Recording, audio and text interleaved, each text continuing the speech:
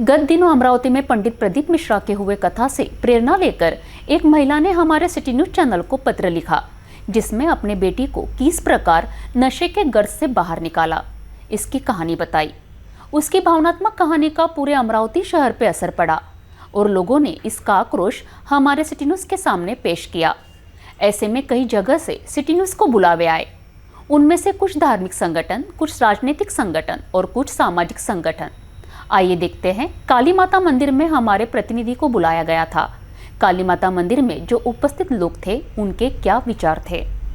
कई माताएं बहनों ने मेरे को ये बोले कि हम हमारे बेटी से परेशान हैं, हम हमारे लड़की से परेशान हैं।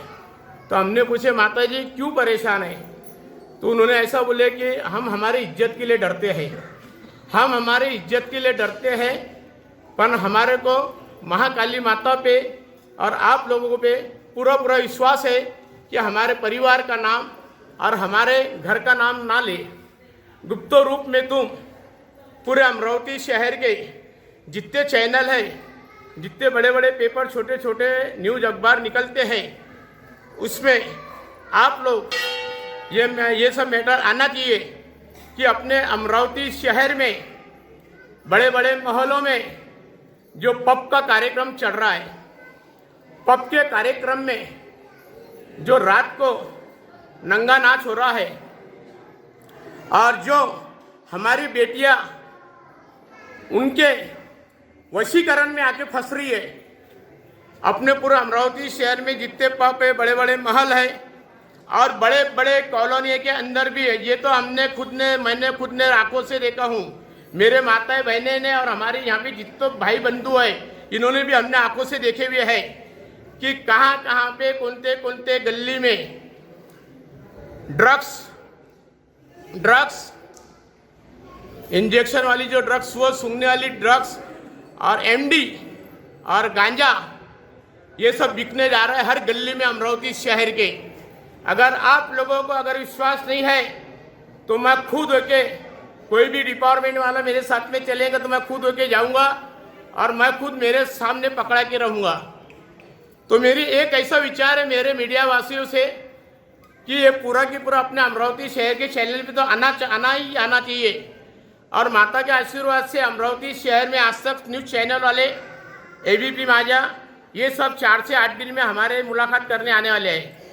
हम लोग ताताज से और हमारी माँ बहन सब जमा होके जहाँ पे जो एरिया में ये बिक रहा है और जो पब में है, वो एरिया में हम लोग जाके हम हमारी पूरी बाइट देंगे।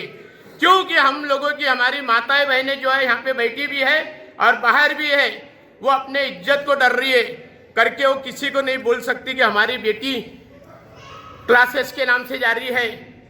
और बाहर गाँव के हमारे माँ बाप को छोड़ के बाहर गाँव की अभी जो बेटियाँ जो पढ़ने आई, वो भी क्लासेस के बेसिस पे जा रही है, वो वशीकरण में आ जा रही है। और ड्रग्स लेते हुए नंगा नाच, उनसे ड्रग्स का धंधा करने वाले वो लोग हमारे बेटियों से, हमारे माताएं बहनों से करवा रहे हैं।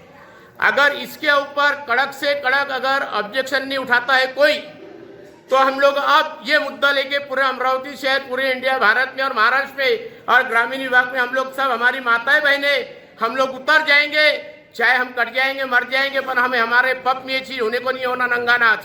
क्योंकि हमारे बेटियों के साथ में बहुत सी गंदी चीज़ हो रही है। क्योंकि हमारी बेटी है नादान, वो चली जा रही कुछ कारण से, और वो लोग ये ड्रग्स में डाल के वशीकरण कर ले रहे हैं। तो इससे अपने को बचाव करना है। यहाँ पे हमारी अगर आपके विश्वास नहीं तो आज हमारे यहाँ पे माताएं बहनें बैठी है, इनको भी पूछ लेना ये चीज़ हो रही कि नहीं हो रही है। अगर मेरी झूठ बात निकलेंगी तो मेरी मुंडी अभी के अभी काट के यहाँ पे चरणों में रख दो। बोलो महाकाली माता की जय। दोनों डीसीपी सर, सीपी सर का भी, पुलिस डिपार्टमेंट सर का भी मैं हार्दिक शुभेच्छा मकर संक्रांति का मैं दे रहा हूँ। और पूरे सभी चैनल नव भारत वाले सभी को, अमरावती मंडल वालों को, अजय भाई को, चंदू व सुजोती परिवार, इनको सभी को मैं बहुत बहुत हार्दिक अभिनंदन करता हूँ। जय श्री राम। जैसा कि अभी महाराज जी ने आप सबको बताया है और वो बिल्कुल सत्य है, अमरावती में इस तरह की घटनाएं बहुत तेजी से बढ़ रही है। जिस तरह से आज ही मेरी चंदू भैया से बात हुई सुबह में कि दीदी आपका क्या मत है, तो बिल्कुल सही, ये इस तरह से हमारी अगली पीढ़ी खराब करने की एक तैयारी है। ये आज हम सब बाहर निकल के हिंदुत्व के लिए प्रचार प्रसार राम मंदिर इसमें लगे हुए हैं, लेकिन ये लोग हमारी पीढ़ी खराब करने की तैयारी कर रहे हैं। हम तो वो सब कर पाएंगे, लेकिन जब हमारी पीछे की पीढ़ी ही खराब हो जाएगी, जो नई जनरेशन आ रही है वो खराब हो जाएगी, हमको उस पर ध्यान देना है। और इसका ध्यान किसी भी तरह से समाज का कोई बंधु, कोई सोशल वर्कर, कोई ये नहीं देगा। हर माँ बाप को घर से ही शुरुआत करनी पड़ेगी। हर माँ को उसकी लड़की में बदलते हुए बदलाव को, उसके बच्चे बेटे में बदलते हुए बदलाव को खुद नोटिस करना है कि ऐसा क्या चीज़ बदल रही है।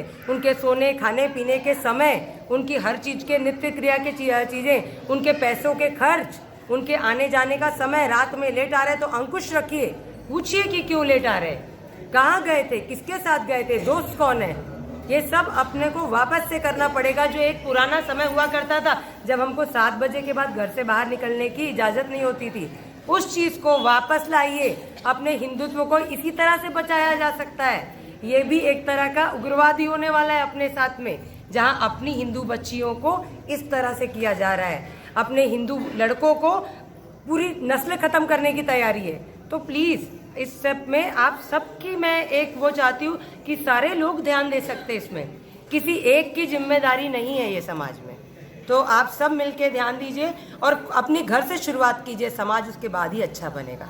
धन्यवाद। जयपुर में भी हमने देखा है फुटाला तालाब का जो एरिया है, वहाँ पे जितने ठेले और पान के ठेले वहाँ पे गर्ल्स का एक ग्रुप जमा होता है और वहाँ पे ये सारी चीज़ें होती है। वहाँ पान ठेलों की चीज़ें बिक्री होती है और ये काफ़ी चीज़ें हो रही है, इसको रोकना चाहिए।